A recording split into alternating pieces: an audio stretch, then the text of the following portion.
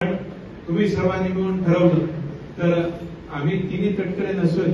तरी राष्ट्रवादी काँग्रेस पक्षाचे जे पण उमेदवार त्या ठिकाणी असतील ते समोरच्याचं डिपॉझिट जप्त करून निवडून येतील अशा पद्धतीने आपण निश्चितच आहोत। त्याच्यामुळे उमेदवार अ का ब का क का ड कोण आहे याच्यापेक्षा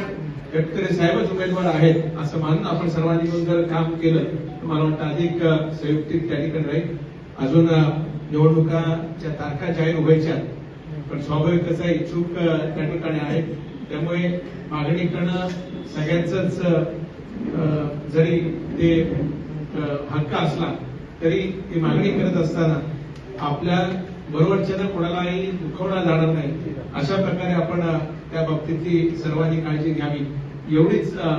विनंती मला आपल्या सर्वांना करायची आहे।